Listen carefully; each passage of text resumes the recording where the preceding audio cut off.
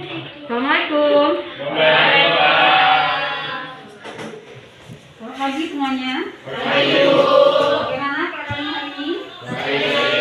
Tetap semangat? Nah, sebelum dimulai pembelajaran, ada baiknya kita berdoa terlebih dahulu. Coba ketua kelas Ibu minta untuk memimpin doanya. Silakan ketua kelas. Semua siap berdoa menurut agama dan kepercayaan masing-masing. Doa mulai.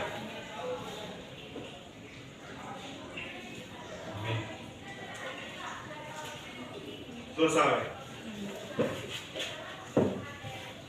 Oke, baik. Ibu absen terlebih dahulu ya. Adelia, Kainasya, oh ya, Pak Tito, Desi, Faki, Ratiwi, Puji, Garsi, Haikal, Rizky, Muhammad Rafli, Aduh. Erza, Indo, Aduh. Salsabila, Triati, Windy Trijuliana, Zahra. Ya, sepertinya sudah hadir semua. Ya, baik. Setelah Ibu absen, untuk materi hari ini itu berhubungan dengan materi yang sudah kita bahas sebelumnya. Ada yang tahu materi hari sebelumnya itu membahas mengenai apa? Membahas mengenai apa nak materi sebelumnya? Strategi perlawanan rakyat Indonesia terhadap bangsa Portugis. Nah, itu materi pokok kita. Siapa yang bisa mengemukakan sedikit mengenai materi minggu lalu? Yang bisa silakan tunjuk tangan. Ya, silakan Uji. Materi minggu lalu mengenai strategi penjajahan bangsa Portugis terhadap bangsa Indonesia. Adapun perlawanan bangsa Indonesia terhadap bangsa Portugis yang ingin menguasai kekuasaan rempah-rempah di negara Indonesia. Oke, terima kasih Puji. Ya, benar sekali ya. Materi minggu lalu mengenai strategi perlawanan rakyat Indonesia terhadap bangsa Portugis, di mana untuk materi sebelumnya sudah dikemukakan oleh Puji. Boleh berikan tepuk tangan untuk Puji. Oke, untuk materi hari ini masih berhubungan dengan materi yang sebelumnya. Kalau sebelumnya strategi rakyat Indonesia melawan bangsa Eropa, kali ini kita bahas tentang dampak politik, ekonomi, sosial, dan budaya di masa penjajahan bangsa Eropa. Oke. Untuk materinya, coba kalian lihat di buku paket tersebut. Coba lihat di gambar 1. Siapa yang tahu gambar 1 itu mengenai apa? Oke, silakan Windy. Bangunan Katulampa adalah bangunan tua peninggalan Belanda yang terletak di Kelurahan Katulampa, Kota Bogor, Jawa Barat. Bangunan ini mulai dioperasikan sejak tahun 1911. Tetapi untuk pembangunan dimulai sejak tahun 1889 akibat terjadi banjir besar melanda Jakarta pada tahun 1872. Ya, benar. Berarti bangunan tersebut merupakan peninggalan dari bangsa Belanda. Oke, untuk gambar kedua. Coba lihat di buku paket tersebut. Untuk gambar kedua itu merupakan gambar apa? Siapa yang bisa menjawab? Ya, silakan Arun. Perkebunan teh Gunung Gede berlokasi sekitar 48 km barat laut kota Jember. Perkebunan ini merupakan perkebunan peninggalan penjajah Golkanda yang berada di ketinggian 500 meter di atas permukaan laut. Ya baik, terima kasih Harun. Untuk gambar perkebunan teh yang disampaikan oleh Harun, itu dari penjajahan bangsa apa? Bangsa apa tadi nak? Belanda. Masih bangsa Belanda. Oke, kita tengok di gambar ketiga. Kita lihat. Siapa yang bisa menjelaskan mengenai gambar ketiga tersebut? Yang bisa silakan tunjuk tangan dan berdiri.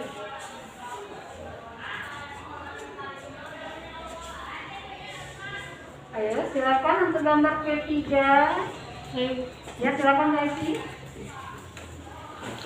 Untuk gambar ketiga merupakan gereja katedral atau yang disebut yang memiliki nama asli Gereja Santa Maria, merupakan gereja Katolik tua yang merupakan peninggalan Belanda dan diresmikan oleh Belanda pada tahun 1901. Baik, terima kasih Gaesi atas penjelasannya mengenai gambar ketiga. Nah, jadi itu beberapa peninggalan yang merupakan dampak dari penjajahan bangsa Eropa, khususnya bangsa Belanda. Nah, selain bangsa Belanda, selain dampak yang tadi, ada lagi dampak berikutnya ketika Belanda menjajah kita. Nah, dampak apa saja itu? Di antaranya ada dampak politik. Yang sudah baca bukunya.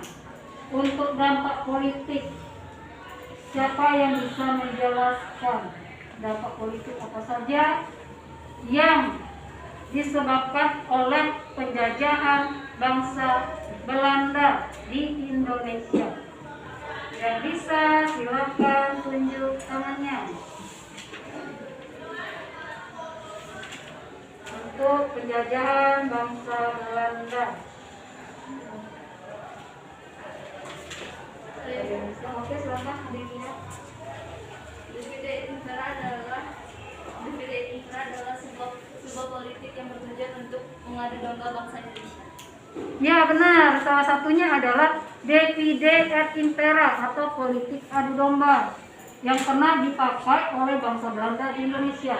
Untuk berikutnya, dampak politik dari penjajahan bangsa Belanda. Selain Divide et Impera, aneksasi ataupun kultur kosong, ada lagi yang bisa menyebutkan dampak politik dari penjajahan bangsa Belanda selain dua itu? Oke, silakan Indo. Trias politika. Sistem ini membagi kekuasaan negara menjadi legislatif, eksekutif, dan yudikatif. Di dalam prakteknya terbentuk Dewan Perwakilan Rakyat dan pemerintahan yang bersifat sentralisasi. Baik, terima kasih Indo atas jawabannya. Jadi ada 3, ya beberapanya dampak politik yang diberikan atas penjajahan bangsa Belanda terhadap kita, yaitu bangsa Indonesia. Yaitu tadi yang disebutkan oleh teman-temanmu pada Divide Impera, ada aneksasi, dan juga yang terakhir ada trias politika yang kita kenal dengan legislatif, eksekutif, dan yudikatif. DPR juga sudah dikenal di masa itu. Istilahnya adalah Volksraad. Lanjut.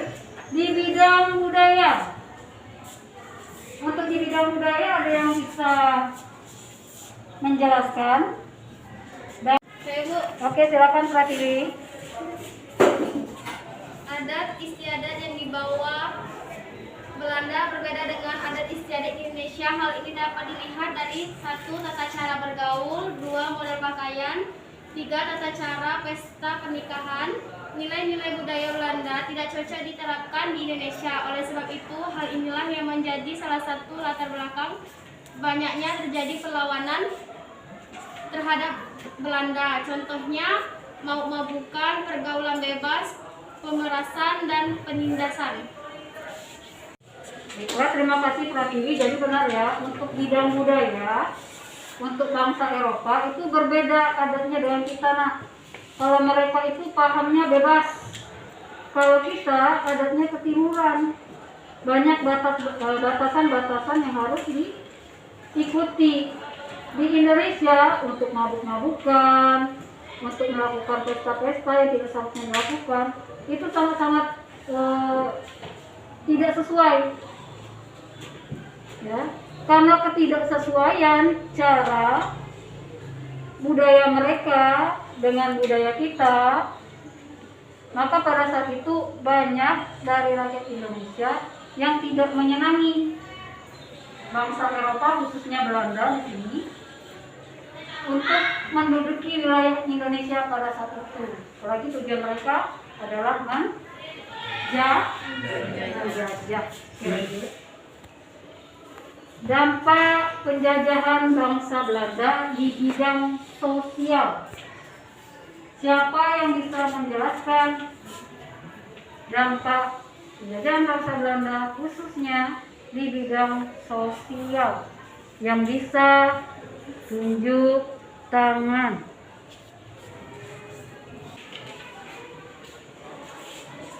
Ya, silakan Haikal. Pembagian kelas sosial masyarakat Indonesia dibagi menjadi 3, yaitu A. Kelas 1 bangsa Eropa berkulit putih, kelas 2 bangsa timur asing seperti Cina, kelas 3 kaum pribumi. Sekian, terima kasih. Baik, terima kasih Haikal. Jadi benar ya, untuk bidang sosial ada tingkatan yang dilakukan oleh penjajahan Belanda. 3 tingkatan ini adalah berkaitan dengan golongan-golongan atau kasta contohnya. Nah, di mana golongan pertama itu adalah Eropa, golongan keduanya timur asing, dan golongan ketiganya pribumi. Jadi kita golongan paling bawah di masa penjajahan Belanda. Nah, kira-kira seperti ini lapisan-lapisan yang ada di masa Belanda. Lapisan atas itu bangsawan, lapisan menengah itu pedagang, dan lapisan bawah itu petani miskin dan buruh kecil. Berarti kita masuk ke dalam ketiga itu. Gitu ya. Terus untuk dampak penjajahan bangsa Belanda di bidang pendidikan, siapa yang bisa menjelaskan? Yang bisa silakan tunjuk tangannya. Oke, silakan Rizky. Pada awalnya pendidikan di Indonesia dibangun hanya untuk kebutuhan tenaga administrasi tingkat rendah. Sekolah yang didirikan sering terjadi diskriminasi terhadap pelajar pribumi. Ki Hajar Dewantara pun membuat pendidikan bagi rakyat yang dinamai Taman Siswa. Sejak mendapatkan pendidikan, terlahirlah kaum terpelajar. Baik, terima kasih untuk jawabannya Rizky. Jadi benar ya, untuk dampak pendidikannya. Pada awalnya Belanda pendidikan di Indonesia dibangun hanya untuk memenuhi kebutuhan dan tenaga administrasi tingkat rendah. Nah, karena tingkat rendah itulah ada salah satu tokoh. Nah, ini tokohnya siapa ini, nak? Ki Hajar Dewantara. Siapa Ki Hajar Dewantara itu? Bapak pendidikan. Kenapa dibilang bapak pendidikan? Karena salah satunya dia mendirikan sekolah untuk warga kita. Nah, itu namanya Taman Siswa. Ya, benar. Nah, ini kira-kira sekolah untuk pribumi di masa penjajahan Belanda. Bisa kalian lihat di PowerPoint. Tingkatan SD itu ada HIS, tingkatan SMP ada Mulo, dan begitu seterusnya sampai perkuliahan itu ada Skopia. Nah, Skopia itu sekarang namanya Fakultas Kedokteran UI. Lanjut ke dampak ekonomi. Oke, siapa yang bisa menjelaskan dampak ekonomi yang diberikan oleh penjajahan bangsa Belanda? Yang bisa tunjuk tangan, biasa. Ya, silakan. Jalves Bank atau DJB didirikan pada tahun 1928, tepatnya pada 1919 kalangan pengusaha di Batavia, Hindia Belanda. The Javers Bank sekarang lebih dikenal dengan nama Bank Indonesia. Terima kasih.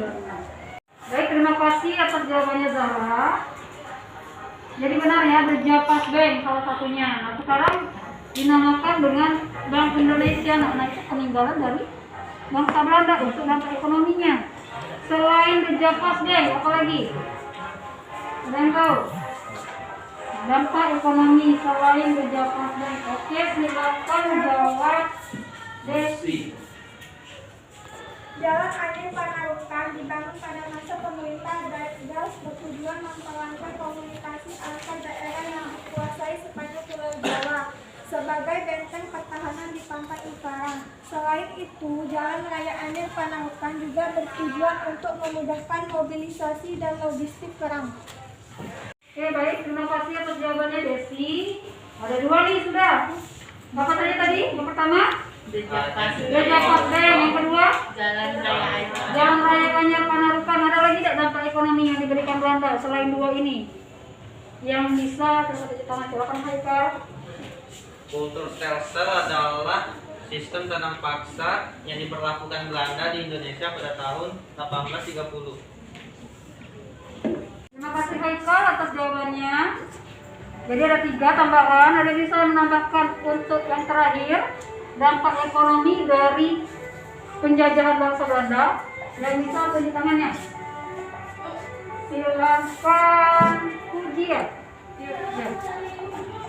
Sejarah perkereta apian di Indonesia diawali pada tahun 1864, di mana pemerintahan Hindia Belanda membangun jalur kereta pertama kali dari Kemijen menuju Desa Tanggung sepanjang 26 km dengan lebar sepur 1436 mm. Pembukaan jalur ini menjadikan Indonesia negara kedua di Asia yang memiliki jalan kereta api setelah India. Ya, terima kasih untuk jawaban dari Puji. Baiklah, Ibu akan bagi kalian dalam 4 kelompok diskusi. Untuk kelompok 1, Amanda, Zahra, Desi, Pratiwi, dan Gaisi. Untuk kelompok 2, Kayla, Fatih, Rizky, Rafli, dan Fedi. Kelompok 3, Windy, Salsa, Puji, Adel, dan Ferza. Dan untuk kelompok terakhir, Priyati, Pindo, Haikal, dan Harun. Silakan duduk berdasarkan kelompok kalian masing-masing.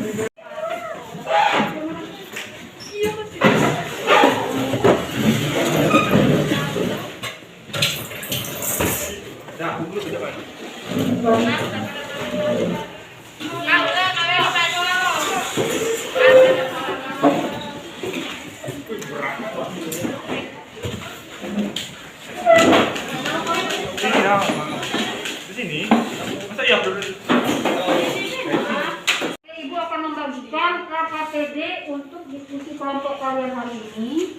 Silakan berdiskusi dengan temannya masing-masing.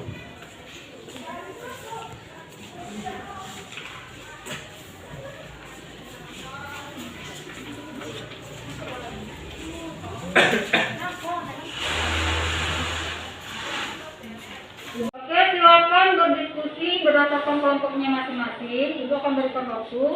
Nanti kalau sudah selesai, kalian presentasikan ke kelompok masing-masing. Silakan berdiskusi.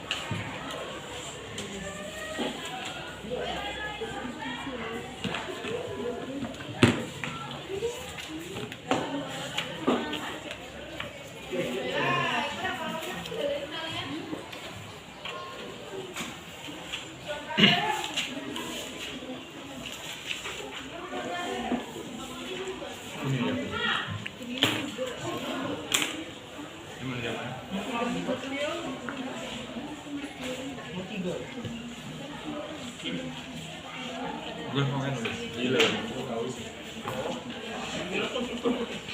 Gimana?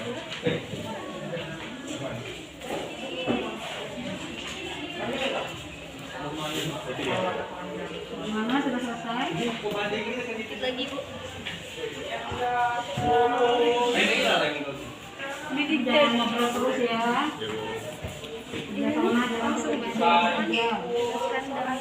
Ini siapa?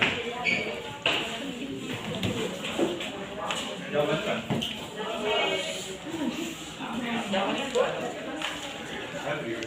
Gimana?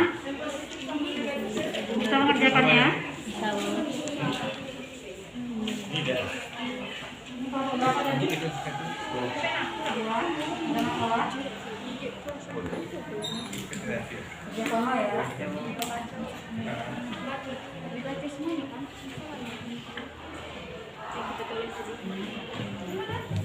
Baiklah, apakah diskusi kelompoknya sudah selesai dikerjakan? Nah, kalau sudah, kita masuk ke dalam presentasi. Silakan kelompok 1 untuk mempresentasikan hasil dari kelompoknya. Assalamualaikum warahmatullahi wabarakatuh. Waalaikumsalam warahmatullahi wabarakatuh. Baiklah, saya akan mempresentasikan hasil diskusi kami dari kelompok 1, yaitu dampak penjajahan Portugis. Yaitu dari segi politik adalah adanya hukum perdata dan pidana. Dari segi ekonomi, penjajahan membuat sistem perekonomian memakai model monopoli. Dari segi sosial budaya, pribumi tidak memiliki perlindungan hukum. Dari segi pendidikan, berkembangnya teknologi terhadap pendidikan merupakan dampak dari penjajahan. Dari segi teknologi, Indonesia mulai komunikasi atau memberikan informasi. Dari segi pertahanan, didirikan pangkalan laut besar di ujung kulon serta Surabaya. Ada dampak yang memang mempengaruhi positif untuk kemajuan bangsa. Begitulah efek jangka panjang ketika suatu negara pernah dijajah. Sekian dari saya. Wassalamualaikum warahmatullahi wabarakatuh.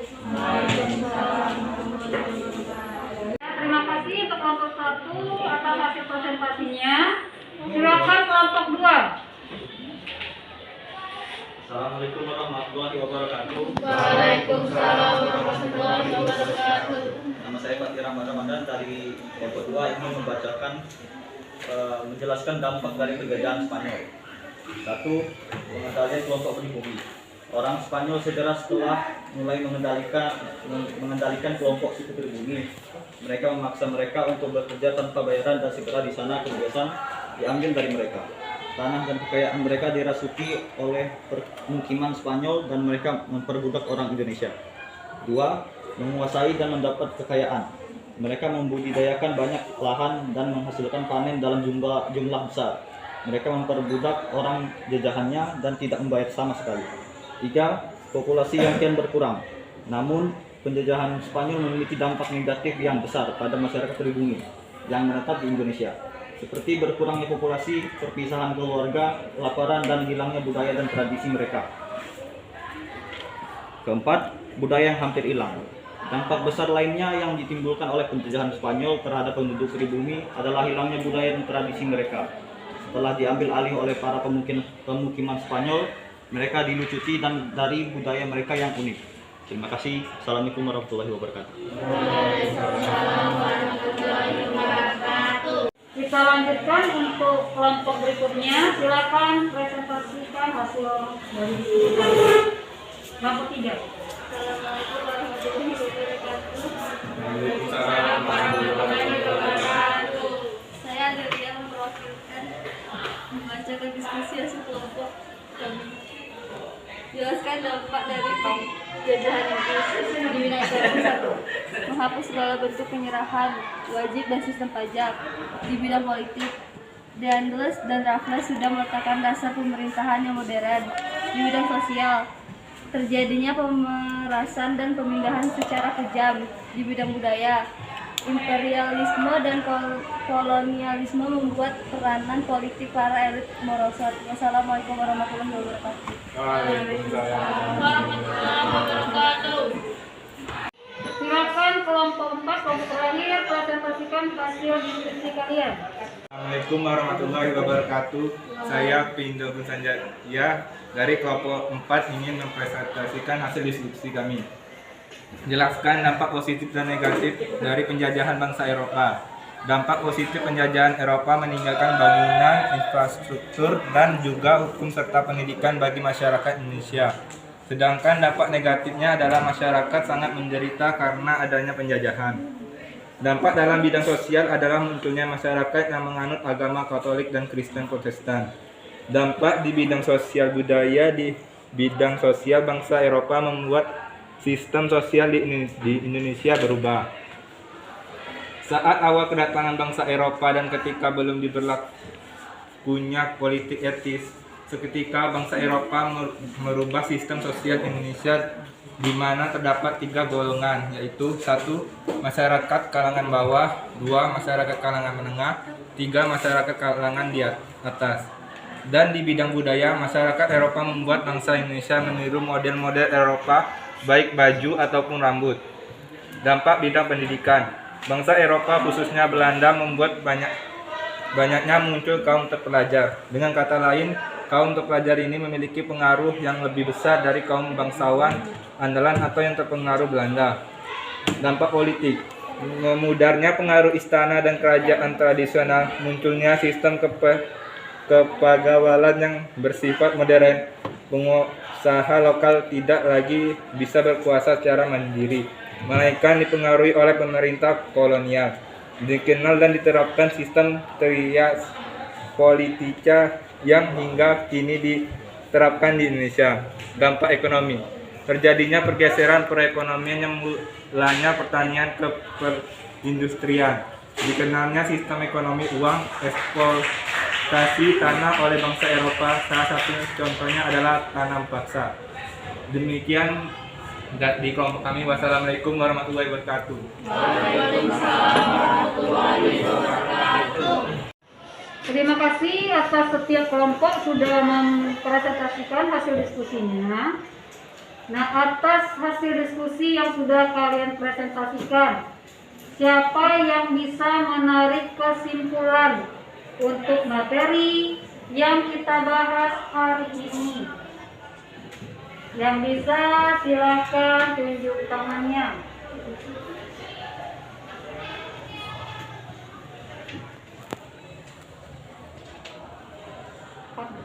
Siapa yang bisa mengemukakan mengenai materi hari ini untuk penarikan kesimpulan?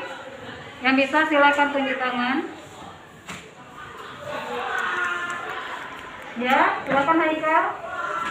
Nah, kesimpulannya adalah penjajahan bangsa Eropa tidak hanya memiliki dampak negatif, tetapi juga memiliki dampak positif, seperti petani lokal atau pribumi yang mengetahui rempah-rempah yang bisa diekspor atau rempah-rempah yang laku di pasar internasional seperti lada, merica, dan kopi. Ya, terima kasih Bu Haikal sudah menarik kesimpulan untuk materi hari ini. Jadi benar ya, bahwa ternyata dampak penjajahan bangsa Eropa itu tidak hanya dampak negatifnya saja yang ada, tetapi juga dampak positif. Contohnya tadi kata si Haikal adalah kita pada masa itu mengetahui pasar internasional tanaman-tanaman apa saja yang cocok dijual ke luar negeri. Selain itu, nah ada lagi, contohnya di bidang budaya, kita mengenal musik roncong, dan itu yang mengenalkan adalah di masa pendudukan bangsa Portugis. Dan juga tadi kita sudah tayangkan PowerPoint, yaitu mengenai peninggalan-peninggalan dari bangsa Eropa. Itu juga termasuk dampak positif. Salah satunya yang kita tayangkan tadi adalah mengenai adanya peninggalan gereja katedral. Nah, kira-kira untuk materi hari ini Ibu cukupkan karena waktu kita habis. Kita ucapkan dengan alhamdulillah, tetap semangat, jaga kesehatan, apalagi di situasi pandemi seperti ini. Ibu akhiri dengan Assalamualaikum warahmatullahi wabarakatuh. Waalaikumsalam warahmatullahi